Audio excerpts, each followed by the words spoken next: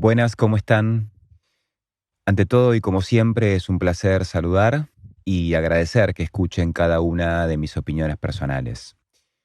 En esta oportunidad hablaré sobre la nueva ley de alquileres, pero desde otra óptica, y me referiré especialmente a una parte de la misma de la cual casi nadie habla, y considero que es sumamente importante hacerlo. Antes de comenzar les comento que en un principio había determinado expresarme sobre los 12 artículos del título 1 y los 4 artículos del título 2 de la nueva ley de alquileres y ciertos aspectos de instrumentación. Porque realmente existen diferencias notables entre la redacción teórica y la instrumentación práctica. Pero la realidad es que ya son tantos los que se han expresado sobre la misma que hasta sonaría redundante. Y si bien aún considero que podría aportar ciertos instrumentos diferentes, con todo el material que se ha esparcido, sería agregar más variables y en consecuencia mayor confusión. Esto debido a la enorme diversidad de interpretaciones y calificaciones personales que se han emitido. Como mencioné, muchos son los que se han expresado sobre la nueva ley de alquileres. Y aquellos que, en mi consideración personal, son idóneos en la materia, han otorgado precisiones muy relevantes. Pero cabe destacar que no todos los que manifestaron sus opiniones tienen el suficiente y necesario conocimiento para hacerlo. Pero claro está que hablar sobre lo que no se conoce en profundidad es una habitualidad permanente en estos tiempos. También vale agregar que muy pocos han opinado desde posiciones imparciales y sin emitir criterios sesgados al respecto. Antes de proseguir y profundizar, dentro de la seriedad que el tema merece, quiero dejar bien en claro que difiero totalmente de ciertas calificaciones expresadas públicamente sobre la nueva ley de alquileres. Entre ellas, las siguientes. La ley de alquileres es como la expropiación a Vicentín. ¿De qué demonios estás hablando? Con esta ley de alquileres le metimos la pelota en el ángulo a los propietarios.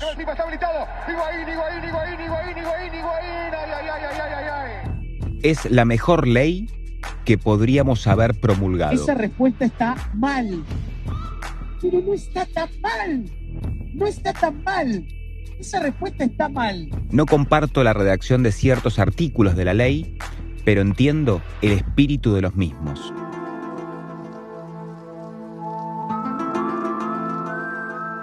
El texto de la ley es arbitrario, discrecional, falto de coherencia y técnica normativa, inconducente y malicioso. Y es porque los que conocemos el mercado locativo no fuimos escuchados.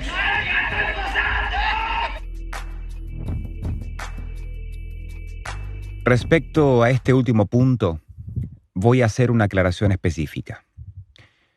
Si un diputado nacional, integrante de un bloque oficialista, presenta un proyecto de ley que se sabe que va a avanzar, porque esta es la intención política de los diferentes bloques, y conjuntamente con un legislador de la ciudad me reciben con el fin de intercambiar ideas, y mi opinión primera es que no considero que se deba avanzar sobre una ley de alquileres a nivel nacional, porque el mercado locativo está adaptado y está bien como está funcionando. Y me reiteran que de todas formas se va a realizar. Y yo sostengo mi criterio de que no hay nada que cambiar. Es decir, no voy a sumar, aportar ni debatir. ¿Con qué fin me van a llamar nuevamente si dejé en claro que mi único aporte es que no estoy de acuerdo? Para demostrar que esto que menciono es correcto, una de las personas que sí fueron escuchadas es Federico López Castromil, quien evaluó puntualmente los aproximadamente 25 diferentes proyectos de ley presentados y asumió la responsabilidad de defender los derechos de los corredores inmobiliarios matriculados con argumentos. Es decir, no se puso en la posición de que no hay nada que modificar y cerró la puerta.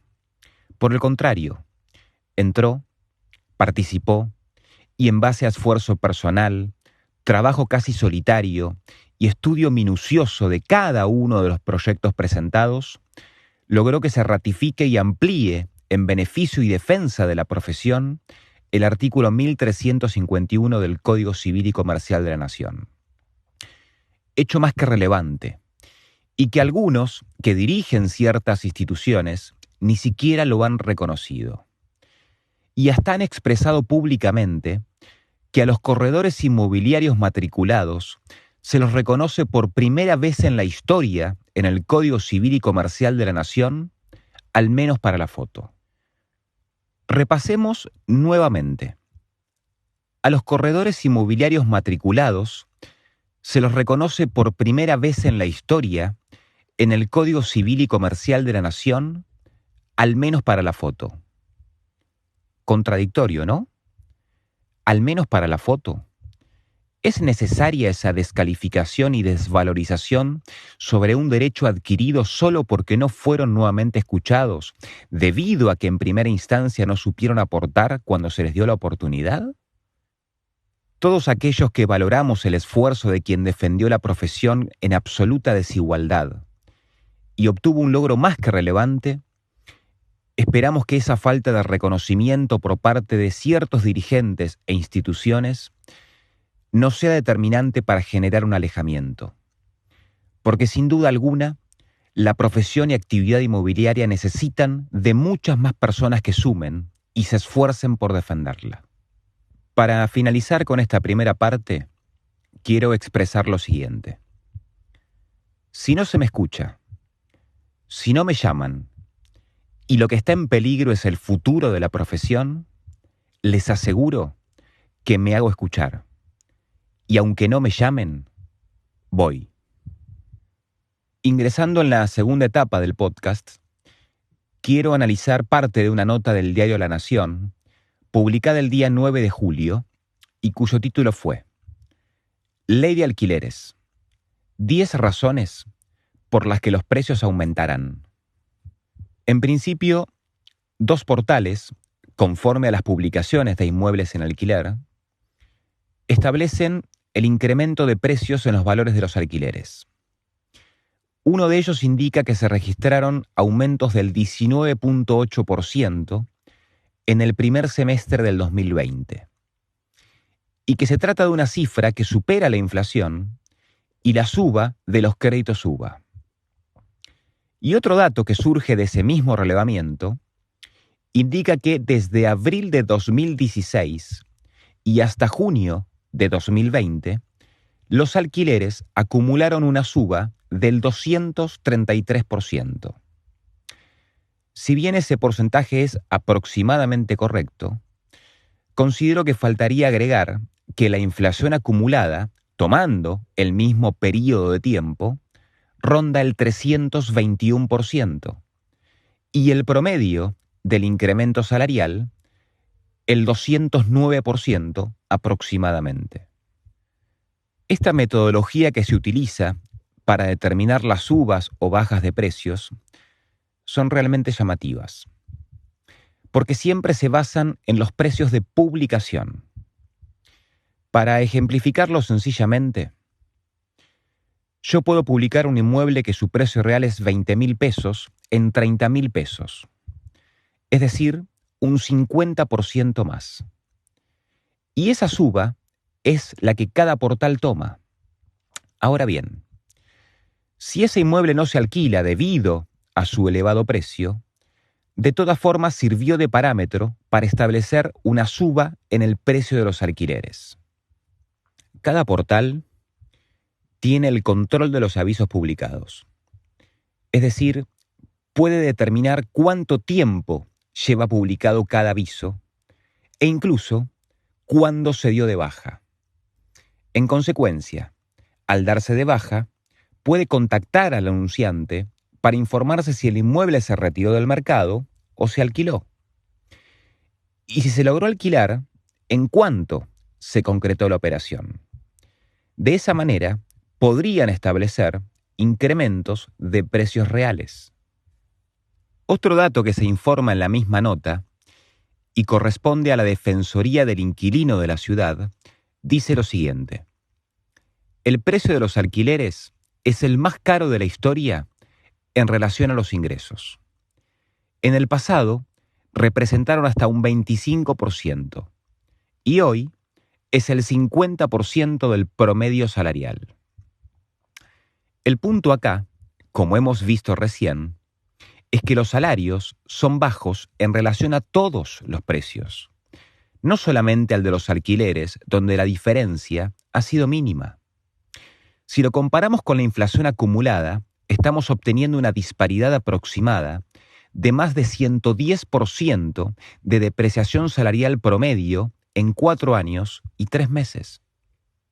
En un podcast anterior, dije que consideraba que era tiempo de finalizar con la demagogia y de conformar con poco a los inquilinos e inquilinas. Y en este caso, voy a argumentar aún más ese pensamiento.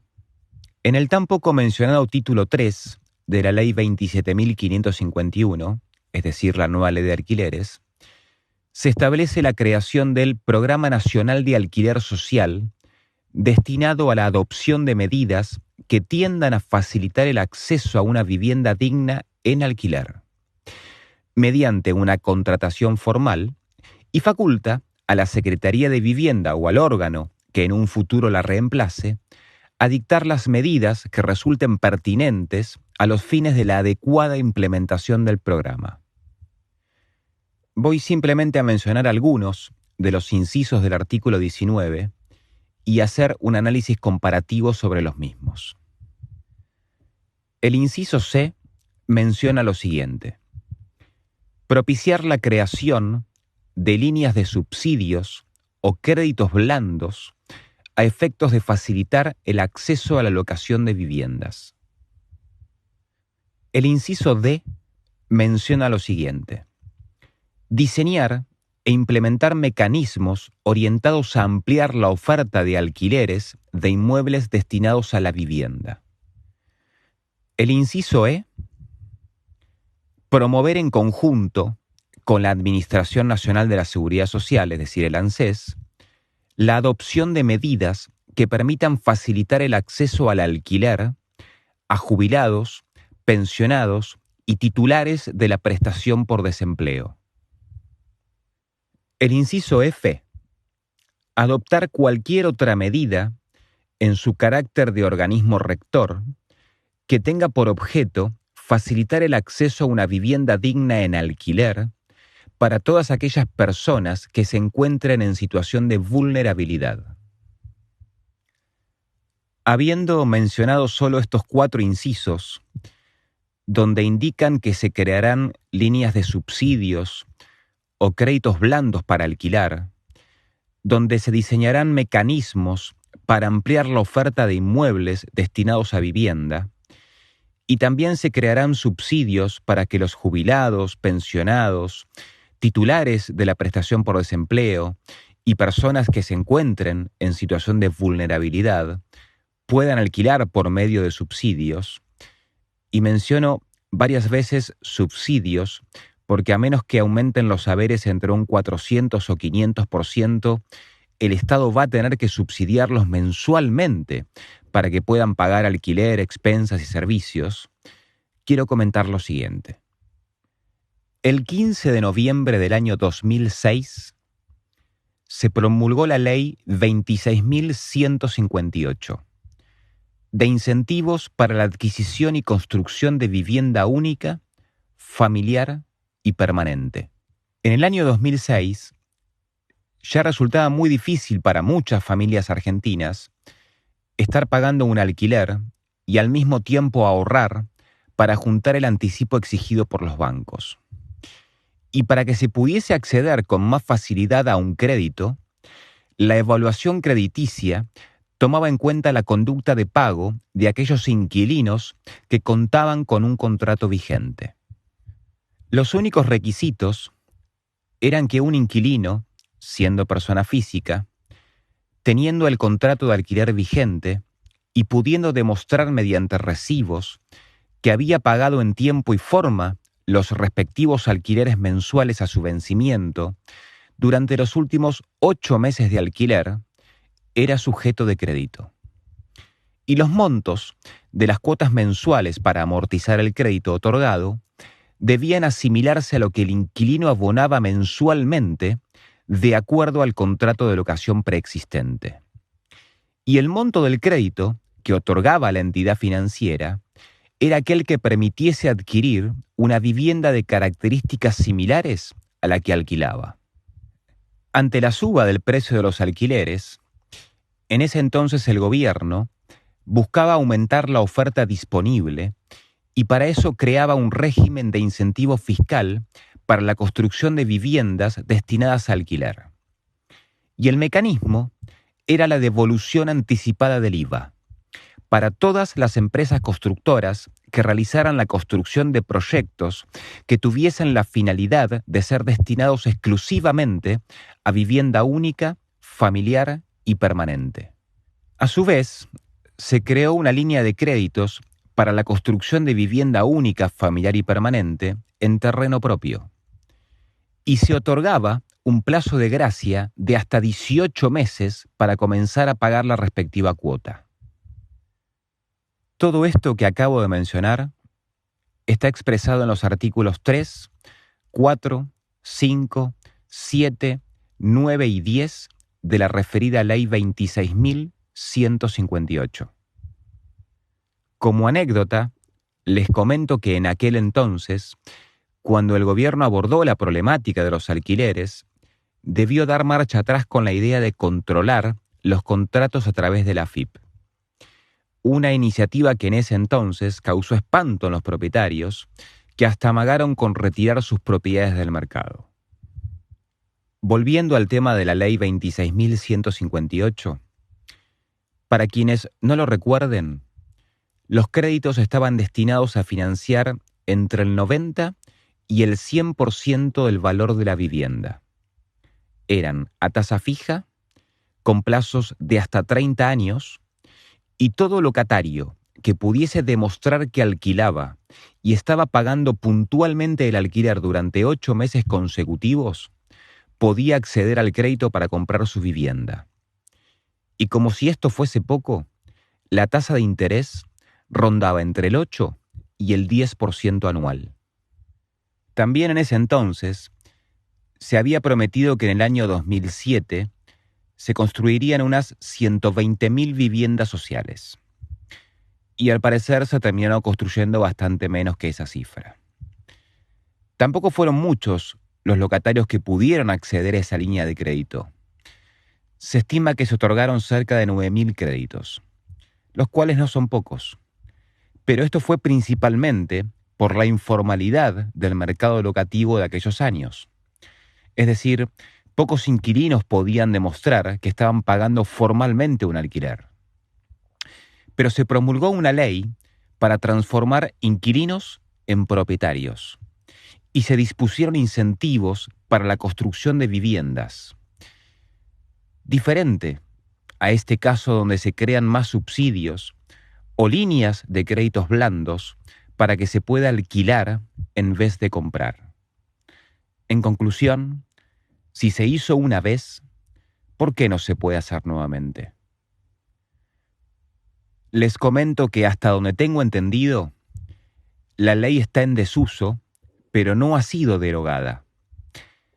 Claramente hoy no podrían otorgarse líneas de créditos con esas mismas tasas, pero sin duda alguna se podría actualizar e instrumentar nuevamente. En algún próximo podcast voy a hacer referencia a la enorme cantidad de lotes, inmuebles y edificios abandonados que posee la Ciudad Autónoma de Buenos Aires y donde se podían construir innumerables viviendas sociales. Les aseguro que se asombrarán de las cifras, y ni hablar si lo ampliamos a nivel nacional. Para quienes no lo sepan, y como buena noticia, les comento que el 14 de mayo de este año se presentó el programa federal Argentina Construye. El mismo implica una inversión de 28.992 millones de pesos y proyecta la construcción de 5.500 nuevas viviendas, que se suman a las más de 30.000 que el Estado ya tiene en marcha en todo el país. Este plan de obras fue creado para responder y atender el déficit habitacional existente. Para finalizar, y en lo que respecta a esta nueva ley de alquileres, en lo personal puede gustarme toda la ley, parte de la ley o nada de la ley, pero ya ha sido promulgada y está en vigencia. Por lo tanto, hay que instrumentarla y cumplirla. Siempre, adelante.